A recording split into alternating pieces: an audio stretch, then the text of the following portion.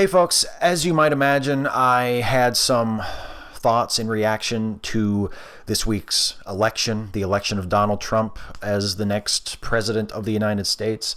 I planned to do a response video, a reaction video to the election, and I found myself basically doing that video in response to a couple of questions I received in this week's batch of You Had to Ask questions.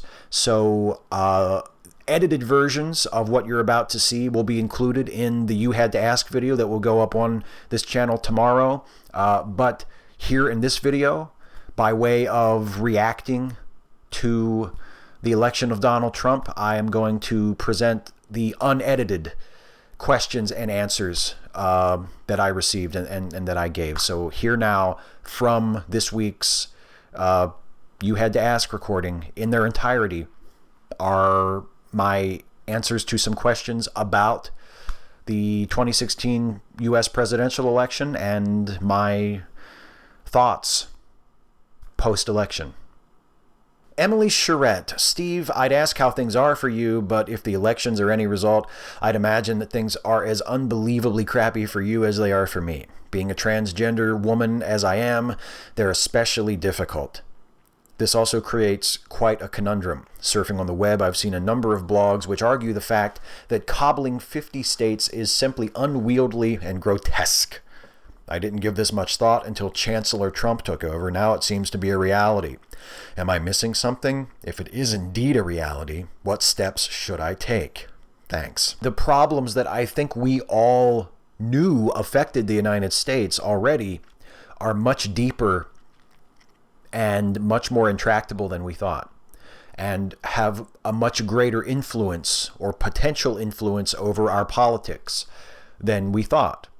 Again, some of us have been on to this the whole time. Some of us have taken a little bit longer to figure it out. But one of the most disappointing things about the election result is having to confront the fact that in the minds of many people, in the minds of at least about 60 million people in this country who voted for Donald Trump, we are not in this together. I just said in the answer to that other question a few questions ago that, we should take solace in the fact that, hey, we have each other. We're all in this together. 60 million people who voted for Donald Trump don't feel that way. Or if they might say they feel that way, but they don't act as though they feel that way. They voted for a man who has done nothing but vilify and demagogue and divide people for over a year, and they weren't bothered by that. That didn't strike them as a reason not to vote for him. They voted for a man who has demeaned and degraded and assaulted women for decades and admitted to it. And that didn't bother them. That didn't strike them as a reason to vote for someone else. They saw a man who has had a history of racism against black people, of discrimination against black people, of discrimination against people of Mexican heritage, of discrimination and proposed policies of discrimination against Muslims. And it didn't bother them. They didn't see that as a reason to vote for someone else. So in the minds of 60 million some Americans, we are not in this together. When black folks said, you can't elect this man means us harm, this man will threaten us, this man will make our lives more difficult, some of us will die if you elect this man. 60 million Americans said, doesn't bother me. When LGBTQ people said, you cannot elect this man will appoint justices to the Supreme Court that will threaten our rights. This man will enact policies that will continue to dehumanize us and will rob us of our just won and tenuously maintained civil rights. You cannot elect this man. 60 million Americans said, doesn't bother us. When women said, our right to control our own reproduction, our right to have an abortion guaranteed by the Roe versus Wade decision is being threatened, Donald Trump has said he will appoint Supreme Court justices that, given the opportunity, would overturn Roe v. Wade. Our right to an abortion is threatened. Our right to just basic necessary health care is threatened. Do not elect this man. This man is a threat to us. Some of us will die if you elect this man. 60 million Americans said, doesn't bother us. Poor people, mentally ill people, people with chronic illnesses, people who only gained health insurance and the ability to see doctors and gain treatment for their afflictions because of the Affordable Care Act, which Trump has said repeatedly that he intends to repeal. People who fear that they will lose their health coverage or that their children will lose their health coverage. People who have said, some of us will die if you elect this man. 60 million Americans. 60 million Americans said, doesn't bother me. And they voted for him. What should you do about it? You should organize. You should find groups, political groups, advocacy groups, activist groups who are figuring out what to do. You should find out what you can do to help. You should do it. You should start thinking about who you're going to vote for in 2 years when the midterm elections come up. You should start thinking about how you are going to show the Republican Party and President Trump where your priorities are and how you make your voice heard. Midterm elections have historically had low voter turnout, and midterm elections in the last 8 years have been the instances where progressive policies, where the achievements of the Democratic Party or a Democratic president or Democratic legislators in state legislatures have been threatened because liberals, Democrats, progressives don't show up to vote in midterm elections. Republicans, conservatives do, and they win, and they gain enough power to either institute their own policies or to at least stop the liberals and the Democrats, the progressives, from instituting their policies. So show up in 2 years at the midterm election and get your friends to show up. Turn out the vote. Vote for Democrats. Vote for progressives. Elect as many liberal, progressive people to as many offices as you possibly can. If you can afford it, support organizations like the ACLU, like Planned Parenthood, organizations that will be fighting President Trump and fighting for you and for people who are marginalized and threatened by the likes of President Trump and Vice President Pence for the next 4 years. Support those organizations. Do whatever you can to help them. Find out what you can do and do it, and get other people to do it. And take care of yourself as best you can. Protect yourself. Make sure that you're safe. Make sure that you have what you need. If you need help, ask for help.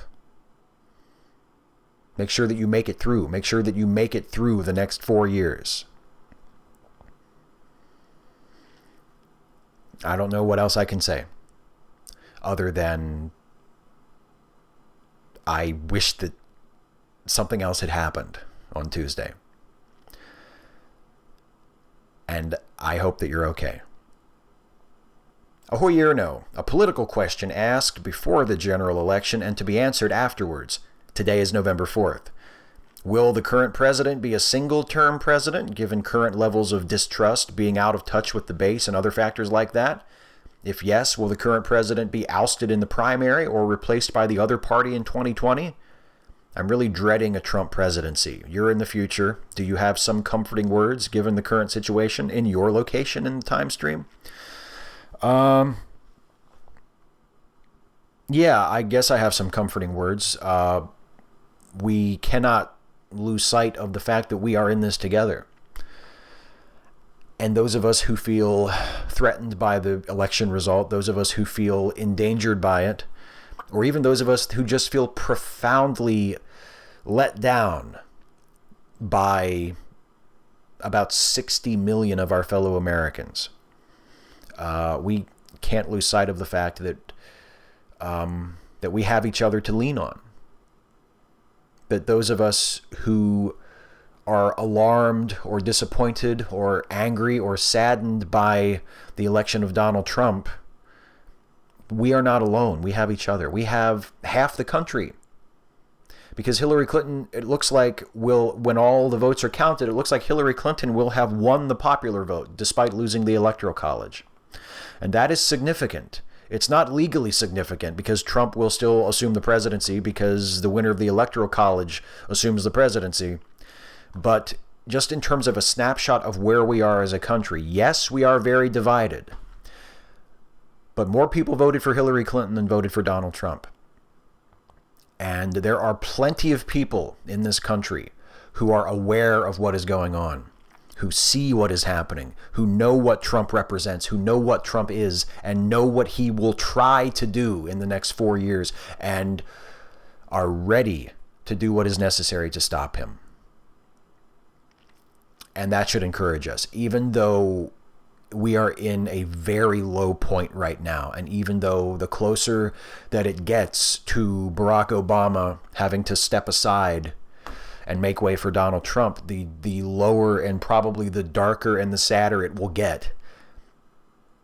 We know that we are ready for a resistance. We're ready for a fight. We're ready to stand up and do what we have to do what we should have been doing all along, but maybe many of us didn't realize that this is exactly what it was going to take. We didn't realize how racist this country was. Some of us did. Some of us have been trying to tell the rest of us all along.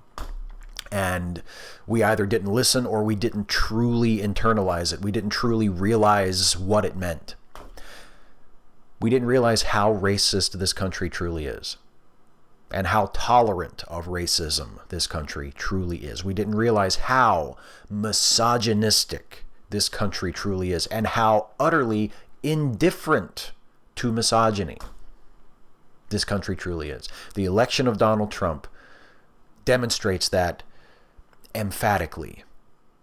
So now we know where we are, we know what we're up against, we know who our friends are, we know who our enemies are. And we know what we have to do. And now we have to set about doing it. And that might not sound hopeful. That might not sound encouraging. But to me, that sounds like resolve. And I will take resolve in light of what happened this week. I will take resolve. And I will do whatever I can to push forward from here.